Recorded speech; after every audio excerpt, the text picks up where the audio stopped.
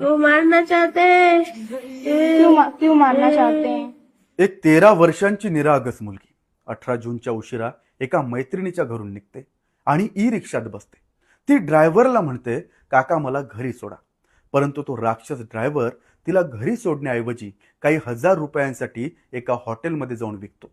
नंतरच्या 5 दिवसांत त्या हॉटेलमध्ये तिच्यासोबत जे काही घडतं ते ऐकूनच मन सुन्न होतं.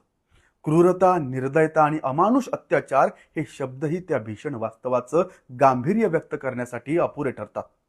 या काळात तिला ज्या वेदना, त्रास आणि दुःख सहन करावं लागलं ना, त्याची तुम्ही आम्ही कल्पनाही करू शकत नाही.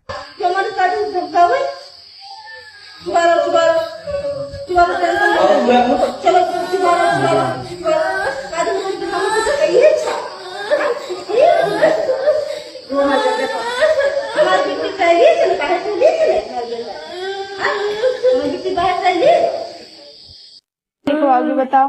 हम लिखवाएंगे, मेरे मरने के बाद वो सब फंसेंगे। कौन कौन सब फंसेंगे? कौन सब फंसेगा? पुलिस वाले फंसेंगे, हाँ। फंसेंगे वो लोग, वो सब फंसेंगे। क्यों पुलिस वालों ने क्या किया है? क्यों मार फंसे? डालने में वो मारना चाहते हैं। क्यों मारना चाहते हैं? वो ना मारना चाहते, वो नहीं चाहते लड़की जिए। क्यों क्यों ऐसा क्या है जो चाहते हैं लड़की जिए ना? बोलो बुआ। नहीं हमें पता है। कुछ नहीं होगा, कुछ नहीं होगा मेरे बुआ को, कुछ नहीं होगा, तक बन जाएंगे। कुछ नहीं होगा तुमको दीदी। या 5 दिवसांत ती 4 वेगवेगळ्या हॉटेलमध्ये विकली गेली. एकूण जवळपास 32 लोकांनी दिवस रात्र 120 तास तिचा छळ केला. तिच्यावर सामूहिक अत्याचार केले. हॉटेल बदलत होते पण कुणाचंही मन तिच्यासाठी हळहळत नव्हतं. त्या हैवानांमधल्या कुणाच्याही मनात हा विचार आला नाही की जिच्यासोबत ते असं कृत्य करतायत ती मुलगी फक्त अवघ्या 13 वर्षांची आहे.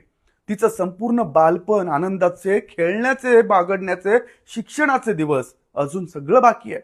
आणि या सगळ्यांपासून ते तिला फक्त खूप दूरच नेतायत असं नाही, तर तिचे पार लचके तोडतायत. ती वेगवेगळ्या हॉटेलमध्ये विकली जात असताना किती वेळा ओरडली असेल, किती वेळा मदतीची भीक मागितली असेल. मला सोडा, आई वडिलांजवळ घेऊन चला म्हणत भीक मागत असेल. परंतु माणसांच्या रूपातले हे राक्षस थोडीही दया दाखवायला तयार नव्हते. जेव्हा ती यातनेनं विव्हळायची ना, ओरडायची, तेव्हा तिला दारू पाजून बेशुद्ध केलं जायचं आणि नंतर पुन्हा तिच्यावर अत्याचार केले जायचे. तिचे लचके तोडले जायचे. विचार करा, 13 वर्षांच्या या लेकराला दारू पाजण्यात आली. या मुलीसोबत घडलेली ही घटना राजस्थानच्या श्री गंगानगरची आहे. 18 जूनच्या सकाळी